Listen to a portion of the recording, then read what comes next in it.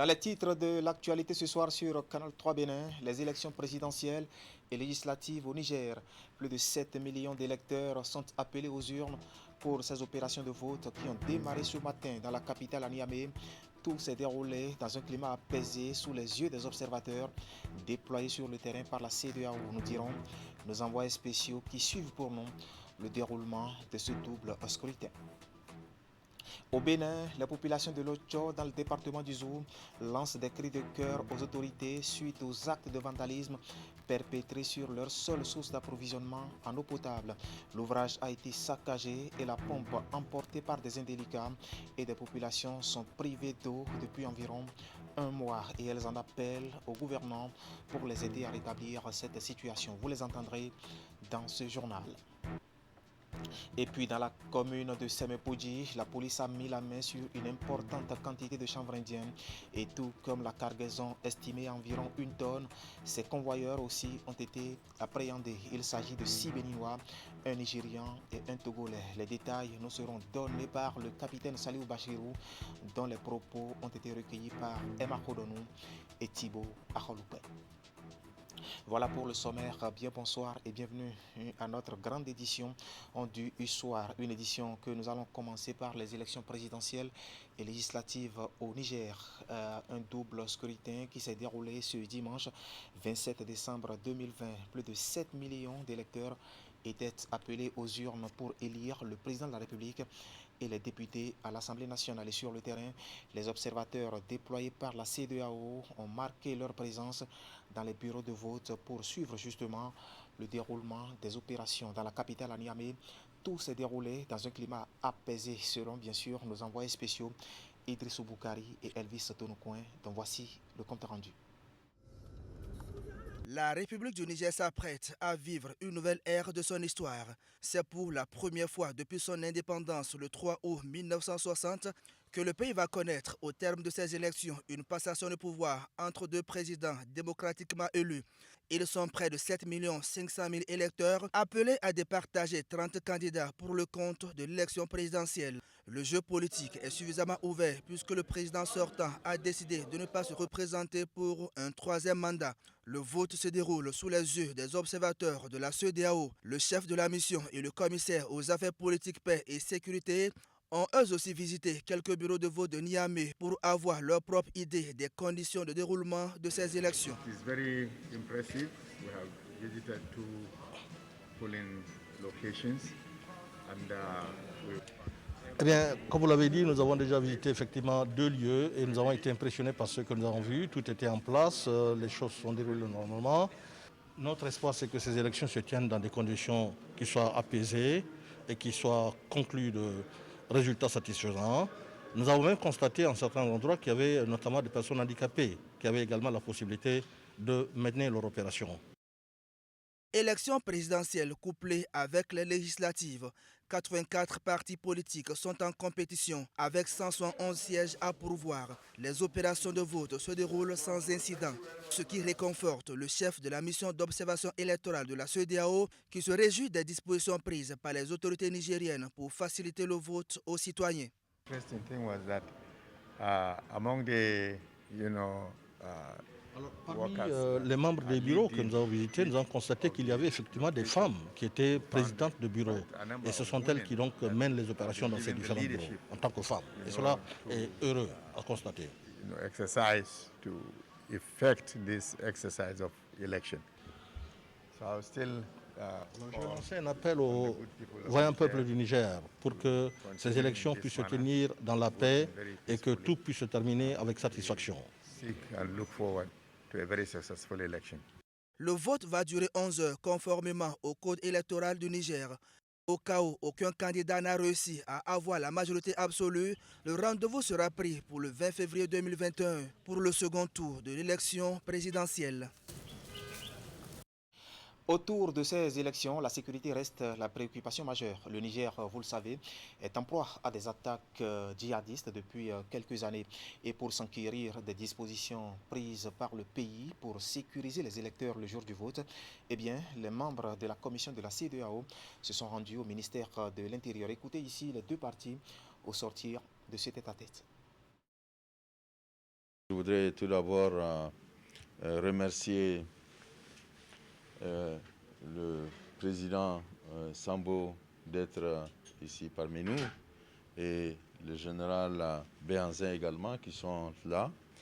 Et nous avons eu un échange sur la situation de façon générale en termes organisationnels et aussi également concernant les questions sécuritaires. Alors pour ce qui concerne les questions sécuritaires, évidemment ce n'est pas un secret que notre pays, comme d'autres, le Mali, le Burkina ou le Nigeria, font face évidemment aux défis terroristes. Et cela évidemment appelle beaucoup plus de vigilance par rapport à l'organisation des élections. Mais cela dit aussi, il faut également le dire, c'est qu'au Niger, nous n'avons pas d'implantation sur notre territoire de djihadistes en tant que tel. Il y a des incursions de temps en temps, et effectivement, qui pourraient, peut-être dans certains endroits, perturber les élections. Mais ce que je peux vous dire également, c'est que nous avons pris toutes les dispositions nécessaires afin que ces élections se déroulent dans la paix et la tranquillité. Il y a un état-major mixte sécuritaire qui a été mis en place spécialement pour la sécurité. Un plan de sécurisation des élections a été élaboré et actuellement mis en œuvre. Et nous avons également demandé à nos amis et partenaires de nous appuyer dans ce processus-là. Et donc, un cordon sécuritaire, évidemment, a été mis en place et nous pensons que cela va se dérouler dans de bonnes conditions. I'm highly impressed by Je suis très impressionné par l'accueil du ministre de l'Intérieur et du dispositif mis en place dans le cadre de ces élections. Le ministre nous a rassuré de ce que les élections seront paisibles, transparentes et acceptables par tous. And this is for the fact of the commitment of the administration toward, establishing.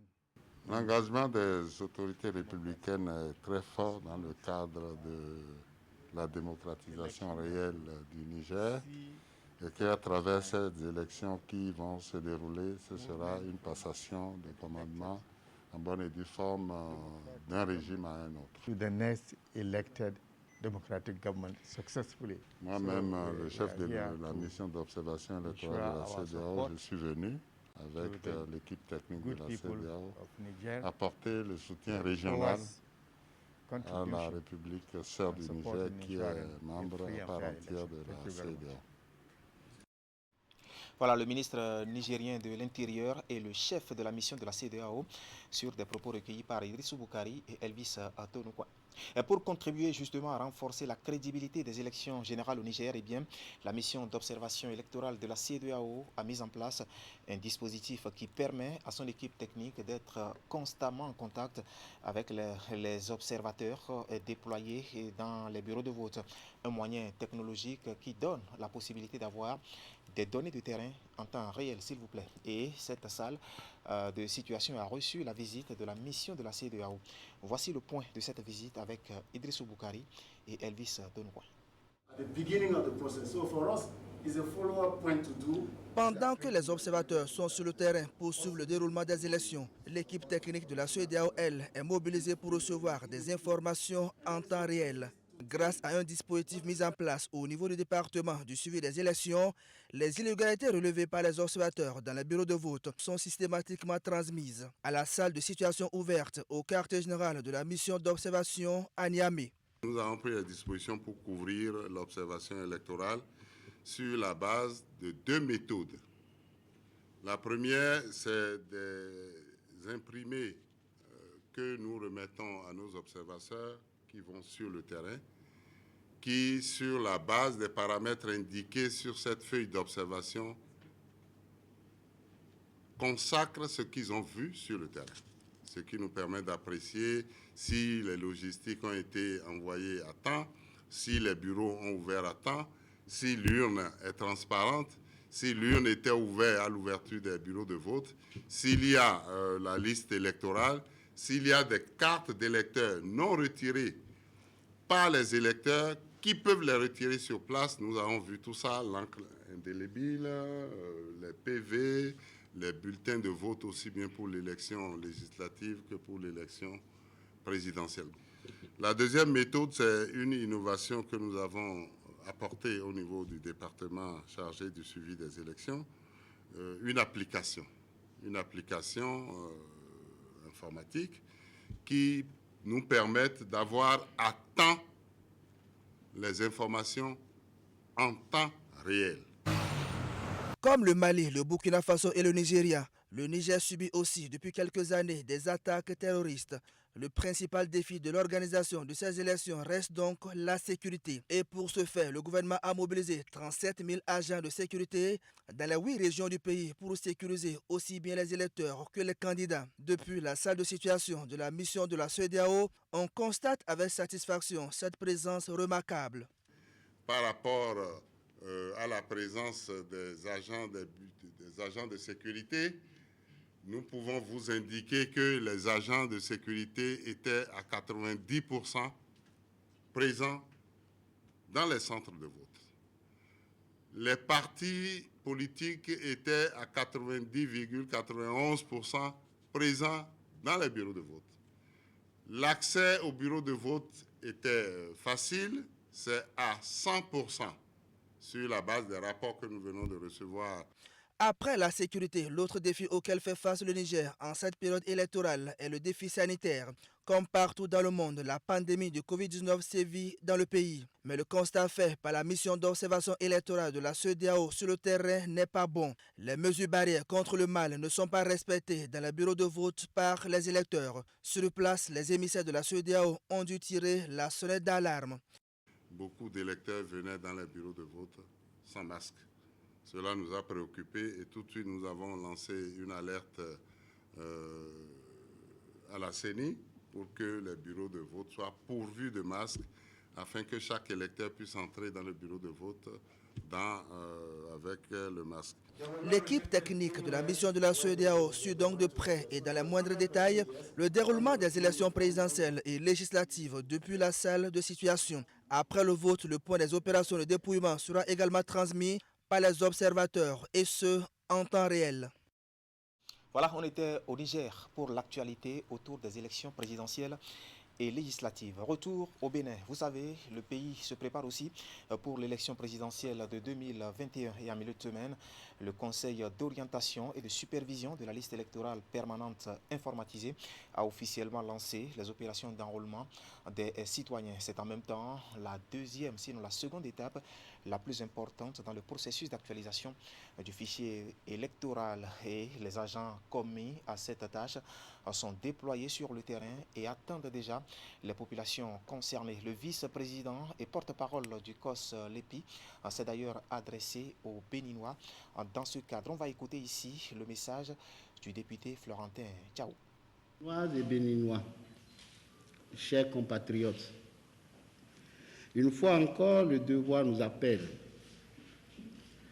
Le devoir de la consolidation de la paix et de l'enracinement de la démocratie à travers l'actualisation de la liste électorale permanente informatisée qui nous impose à tous des sacrifices.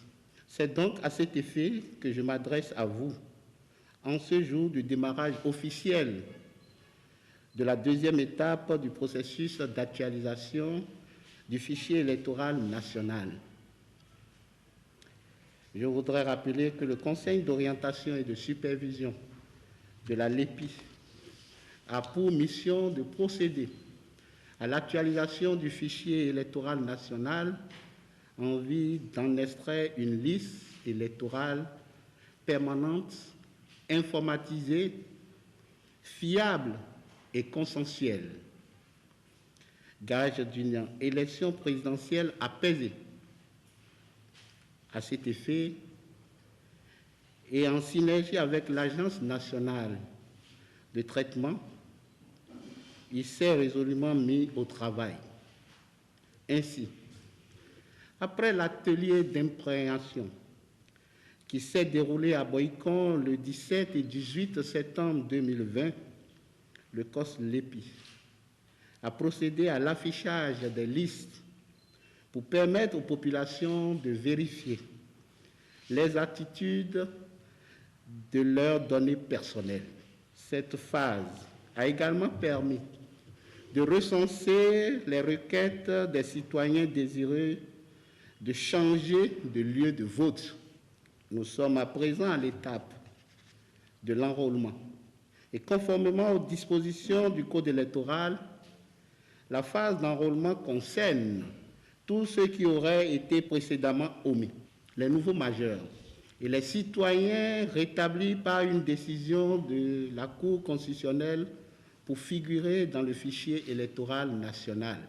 C'est donc conformément aux exigences du Code électoral, notamment en son article 206, que le Conseil d'orientation et de supervision de la liste électorale permanente informatisée, COS LEPI, lance le démarrage des opérations d'enrôlement. Chers compatriotes, au regard de l'importance que revêt cette opération pour la fiabilité de notre système électoral, je voudrais, au nom du COS LEPI, exhorter toutes les personnes concernées à se rendre dans les centres de vote et les lieux publics proches de leurs localités respectives, afin de se faire enrôler par les OPKIT. Ces derniers sont munis d'un outil moderne. Il s'agit de tablettes de dernière génération qui facilitent l'enregistrement des données biométriques. C'est aussi le lieu de rappeler aux citoyens béninois, détenteurs de la carte d'électeur biométrique et dont les données personnelles sont exactes, qu'ils ne sont pas concernés par la dite opération. Le COS LEPI, tout en saluant le rôle important des élus communaux et locaux lors de la phase de l'affichage des listes, voudrait une fois encore les inviter à appuyer tous les agents déployés sur le terrain pour cette mission républicaine. Je voudrais en appeler au sens patriotique et de la responsabilité de chacun et de tous, afin qu'au terme du processus, nous disposons d'un fichier électoral national fiable et consensuel. Pour cela, il me plaît de vous exhorter à éviter d'attendre les derniers moments pour se faire enrôler. Voilà, c'était Florentin Tchaou, vice-président et porte-parole du Conseil d'orientation et de supervision de la liste électorale permanente informatisée. Chers téléspectateurs, allez donc vous faire enrôler. Direction le département du Zou, où les populations lancent des cris de cœur aux autorités suite aux actes de vandalisme perpétrés sur leur seule source d'approvisionnement en eau potable. L'ouvrage a été saccagé et la pompe emportée par des individus indélicats, et ces populations sont privées d'eau depuis environ un mois et elles en appellent au gouvernement pour les aider à rétablir cette situation. Regardez. Installée dans l'enceinte de l'école primaire, la pompe du village de Lotchodaro a disparu. L'ouvrage est à motricité humaine. Il a été réalisé il y a une dizaine d'années et a notamment été saccagé par des individus jusque-là non encore identifiés. Les indélicats, pendant leur acte incivique, ont endommagé la partie maçonnerie de l'installation, puis emporté l'essentiel de l'ouvrage. On a constaté le 23 novembre passé que les voleurs sont venus détruire toute la pompe. Ils ont enlevé la machine qui sert à amener l'eau du bas vers le haut. Ils ont enlevé également le pédale et ils sont partis vers 2 h du matin comme ça. Et les bonnes dames étaient venues le matin, elles ont constaté que la pompe n'est plus à sa place. Ils ont laissé le raccord par terre. C'est vraiment dramatique. Les bonnes dames ne trouvent plus d'eau pour faire la cuisine, toilette, on est comme ça. Depuis ce 23-là, c'est doucement, on se lave. Coup dur pour les habitants bénéficiaires directs et ceux des villages environnants qui sont dorénavant sans eau. 300 hommes et femmes fréquentent au quotidien cette pompe installée au centre d'une population estimée à plus de 2000 personnes. L'ouvrage dessert en réalité, en plus du village de Lotcho-Daro, dans l'arrondissement de Ngbegame à Djidja, les villages Lotcho à Rouamé et Lotcho à Damé, dans l'arrondissement de Passagon à Boïkon. Dans la zone, les installations de la Société nationale des eaux du Bénin, SONEB, ainsi que les châteaux d'eau privés sont inexistants.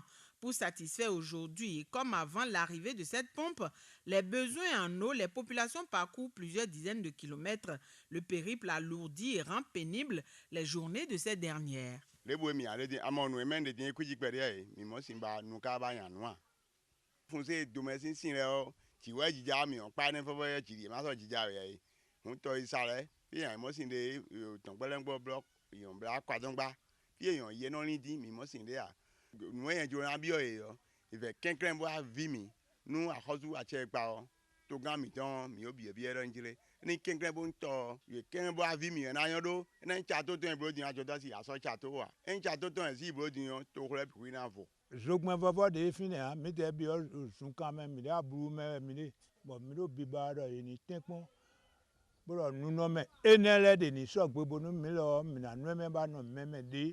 femmes là sont en train de pleurer.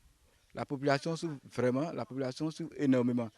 Nous invitons les sociétés compétentes dans la matière à nous aider à réparer la pompe, sinon on ne boit plus. Le liquide vital est indispensable pour la cuisine, le bain, la lessive. Il sert de boisson et même dans les activités professionnelles diverses. La destruction de la pompe de Lotcho-Daro pose un sérieux problème de survie et d'hygiène. Les populations sont désormais exposées aux maladies. Vivement que les autorités à divers niveaux et les bonnes volontés aident les populations à rétablir l'ouvrage ou à multiplier les sources d'approvisionnement en eau. Voilà un acte d'incivisme qui prive des populations en eau potable. Parlons encore de la réforme des factures normalisées entreprises par la Direction générale des impôts. Eh bien, le jeu Tombola, initié à cet effet, fait encore des heureux en milieu de semaine. Nombre d'entre eux ont été honorés à travers une cérémonie de remise de l'eau qui s'est déroulée à Lokossa. Geoffroy Mentan.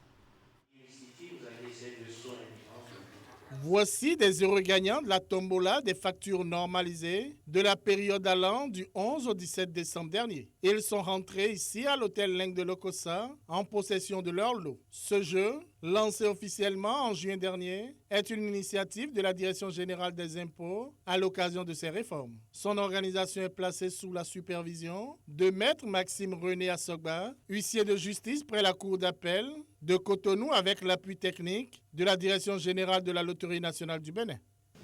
Monsieur le directeur général adjoint des impôts, représentant le directeur général, après les formalités d'enrôlement des titulaires des factures normalisées tirées le vendredi dernier et conformément au règlement de la tombola facture normalisée, je constate et j'atteste sous le contrôle du représentant de la Loterie nationale du Bénin que les tirages des gagnants dont la liste vous a été communiquée ne souffrent d'aucune irrégularité. Ils sont déclarés définitivement gagnants des lots sus-indiqués. De cette cérémonie, les gagnants des lots de 200 000 et 100 000 francs CFA ont reçu des chèques du Trésor public. Ceux des lots de 20 000 et 50 000 francs CFA ont reçu leurs gains par transfert électronique. Si moi j'ai quelque chose à dire aujourd'hui, c'est que tous ceux qui sont dans cette salle puissent nous aider par leur témoignage à faire connaître ce jeu et à encourager tous ceux qui sont autour d'eux à rester vigilants, à réclamer toujours les factures normalisées, encourager également les entreprises et toutes les structures qui sont dans la réforme. Le jeu des factures normalisées a pour but d'encourager les consommateurs à l'adoption de la réforme. Il est ouvert à toute personne, consommatrice finale, résidant sur le territoire national, à l'exception des agents de la DGI et des structures partenaires d'appui technique dans la mise en œuvre de la réforme. Nous sommes là ce matin parce que nos concitoyens de Lokossa, certains parmi eux qui ont acheté des biens et des services, ont exigé des factures normalisées, l'ont obtenu auprès de leurs fournisseurs, l'ont gardé par devant eux et au tirage de la tombola des factures normalisées, certains numéros ont été tirés et ils sont devenus des heureux gagnants de cette tombola-là. Dans le lot de nos concitoyens, c'est sûr qu'il y aurait des gens qui doutent encore. Vous devez servir de relais auprès de ceux-là. Vous devez leur dire que c'est une réalité et ça participe de la construction de notre pays. Et par conséquent, toutes les fois, chaque fois et à tout moment, quand vous ferez des opérations d'achat de biens ou de services, vous devez réclamer et exiger cette facture normalisée et ça, vous assurer que cette facture, elle est vraiment authentique. Le même exercice sera fait dans les prochains jours dans d'autres chefs-lieux de département. Il faut retenir qu'il y a pour ce tombola des factures normalisées, 3 formes de tirage, hebdomadaire, mensuel et annuel. Voilà, réclamez donc vos factures normalisées. Nous allons rester à Lokossa et toujours avec Geoffroy maintenant. Et c'est pour parler maintenant de l'atelier initié par le comité national des syndicats du Bénin affilié à l'UTA sur le coronavirus. Une causerie débat organisée les 22 et 23 décembre dernier à Lokossa justement sur le thème l'impact socio-économique du coronavirus dans les secteurs couverts par l'UTA au Bénin. Voici le compte rendu de la cérémonie de clôture. Après 48 heures de réflexion et d'échange, ici à Lokossa, dans le département du Mono, les portes de cet atelier de validation se referment. Mais avant, les participants ont eu à renchérir et valider les résultats d'une étude menée par 2 experts consultants sur l'impact socio-économique du coronavirus dans les secteurs couverts par l'UITA au Bénin. Évidemment, tout au début de 2020, personne n'avait estimé que 2020 allait nous réserver cette surprise-là, qu'on a appelée la Covid-19 et qui a littéralement modifié le monde. Et qui a littéralement, je dirais même fait progresser le monde dans une certaine mesure. Parce qu'il y a des choses auxquelles on n'était pas habitué, mais aujourd'hui on a oublié de faire avec, d'utiliser, je dirais, les technologies. Et ça, c'est de gagner, comme quelqu'un l'a dit, la dialectique, c'est que tout change, tout bouge, tout se transforme.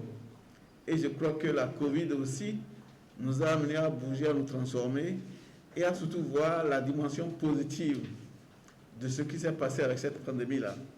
L'atelier a été organisé par le Comité national des syndicats du Bénin affiliés à l'UITA, l'Union internationale des travailleurs de l'alimentation, de l'agriculture, de l'hôtellerie-restauration, du tabac, du catering et des branches connexes. Les partenaires sociaux qui y ont pris part ont pu avoir une photocopie des effets de la COVID-19 sur les secteurs couverts par l'UITA.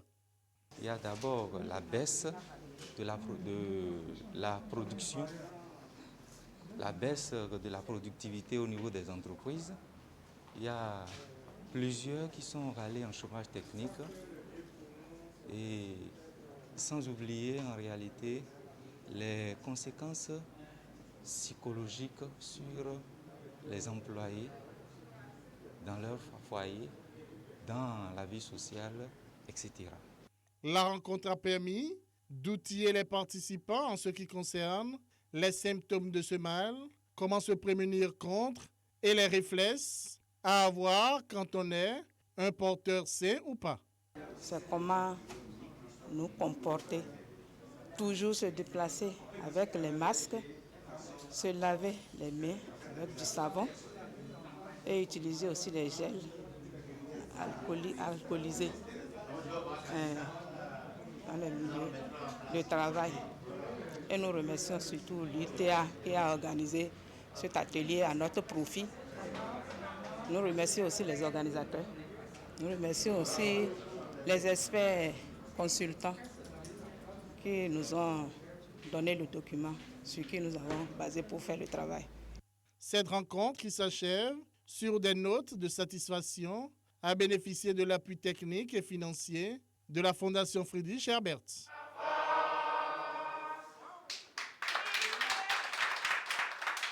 Voilà les impacts socio-économiques du coronavirus, une pandémie qui a fortement plombé l'activité économique, vous l'avez compris. De la drogue saisie à Semepouji, c'est un exploit du commissariat de l'arrondissement. Les éléments de ce commissariat ont mis la main sur une importante quantité du chanvre indien, près d'une tonne selon les estimations, et tout comme la cargaison.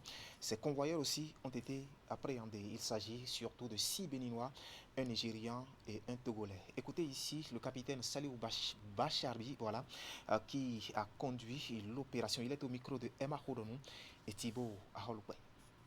À ma prise de service au commissariat de Semepouji, j'ai eu l'information que la commune de Semepouji est une plaque tournante des trafiquants de stupéfiants. Suite aux informations qui nous sont parvenues dans la nuit du jeudi 24 au vendredi 25 décembre 2020, faisant état du déchargement d'une marchandise le long de la plage de Semeoukou. Suite à cette information, une équipe dirigée par mes soins est descendue sur le terrain. Suite à cette opération, 12 sacs contenant des emballages de chanvre indien ont été arrêtés et conduits au commissariat. 8 éléments ont été appréhendés et mis en garde à vue. Le compte rendu a été fait à monsieur le procureur de la République, à la hiérarchie. Le lendemain, aux environs de 5 heures, une battue a été effectuée au 10 lieux. Suite à cette battue, nous avons retrouvé 4 sacs et demi contenant des emballages de chanvre indien. C'est la première fois dans la commune de Semepouji qu'on arraisonne jusqu'à environ 1 tonne de chanvre indien dans cette commune. Vous l'avez compris, c'est un exploit de ce commissariat de l'arrondissement de Semepouji. À présent, la fête de la Noël et l'artiste Pélagie la Vibreuse et sa maison de production Esla Aura Production ont encore sacrifié à la tradition de l'assistance à l'enfance malheureuse. Cette année, ils ont choisi l'hôpital de zone d'Abomey-Calavi pour apporter de la joie au cœur des nouveau-nés et bien sûr de leurs parents. Le compte rendu de Teddy Goudalo est présenté ici par Asiomo Kanya Asiomo. Esla Aura Production et son artiste attitré, Pélagie la Vibreuse, font parler leur cœur de générosité au profit des nouveau-nés. Le 25 décembre 2020, à l'hôpital de zone d'Abomey-Calavi, ils sont allés soulager les peines des mères en situation difficile en cette période de fête en leur apportant de quoi assurer les besoins immédiats de ces petits-enfants.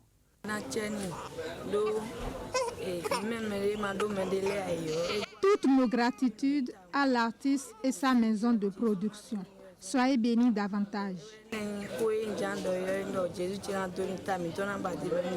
J'ai vu tout ce qu'elle nous a offert avec sa maison de production. Ce qu'elle a donné. Elle peut croire que c'est petit, mais c'est beaucoup. Ça doit sauver des vies. Tout ça, c'est des effets qui sont très très utiles à la maternité. Peut-être que dès demain, on va commencer par utiliser ces effets.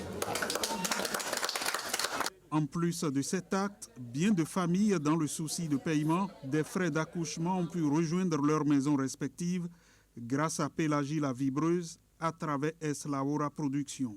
Ils ont bel et bien envie de rentrer. C'était l'idée de les aider à retrouver leur maison conjugale et de fêter Noël et dans la joie de vivre.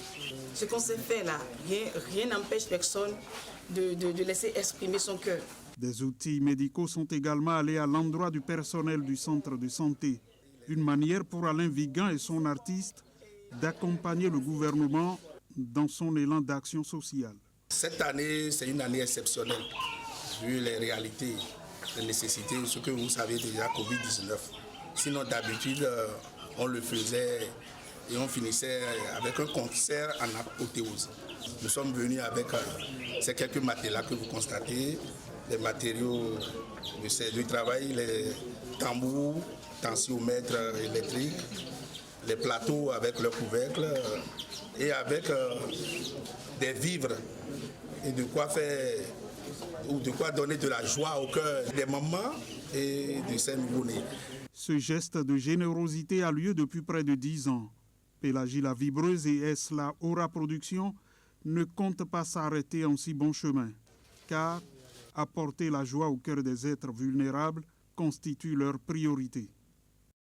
Voilà, vous l'avez compris, de l'art au social, l'artiste Pélagie la Vibreuse reste donc au chevet de l'enfance malheureuse. Et tout comme cette tradition, celle du Carnaval international de Ouida sera aussi respectée cette année et les organisateurs sont en pleine préparation. Un événement qui chaque année fait découvrir les merveilles de cette ville historique aux Béninois, aux étrangers et aux touristes. Mais en attendant ce carnaval que livre une partie bien sûr de ce projet, et c'est le vernissage à travers les œuvres de l'artiste Pascal Kodjo Avokpo. Il a commencé depuis le 23 décembre, comme nous le disent ici, à Siomokanya Siombon et Henri Ganti. Ouida voyage à travers le vernissage de l'artiste Pascal Kodjo Avokpo. Et comme les résidents de la cité historique, les touristes et les visiteurs découvrent aussi les œuvres de cet artiste peintre dont les inspirations sont nombreuses. Des couleurs, des portraits, des paysages, tout un art qui montre les qualités de l'homme. Vous êtes ici, vous rentrez dans les œuvres, vous rentrez dans les couleurs, vous rentrez dedans correctement. Et à ce moment-là, qu'est-ce que vous sentez? C'est un peu spirituel. Vous rentrez dans les œuvres et vous cherchez à comprendre. Inutile de demander ça là c'est quoi, ça là c'est quoi. Non. Rentrez dans les œuvres, rentrez dans les couleurs. Qu'est-ce que ça vous fait quand vous rentrez dedans? C'est tout. Pascal Kodjo Avokpo laisse le visiteur découvrir de lui-même les messages que véhiculent ces tableaux. Il l'invite à un effort personnel de compréhension. Les visiteurs donnent leurs appréciations du vernissage. Pour la mairie, c'est important que des manifestations de ce genre se multiplient dans la ville. Parce que nous ambitionnons d'être une destination touristique de premier choix. D'accord, en dehors des sites patrimoniaux historiques que le touriste va venir regarder, il faut qu'il y ait une offre en termes de production d'art, en matière d'animation culturelle. Et donc, c'est une grande chose qui se passe à Ouida maintenant. Et comme ça va continuer, je ne suis pas de ces gens-là, mais je les écoute beaucoup. Il paraît que nous sommes à l'ère du verseau et qu'il va y avoir beaucoup de bouleversements.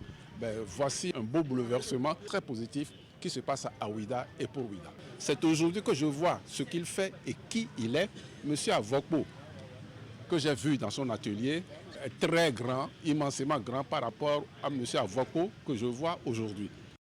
Pour le directeur artistique de l'exposition d'art, Wilfried Hundje, c'est beaucoup de choses à découvrir. Voyage parce qu'on peut être sur place et voyager.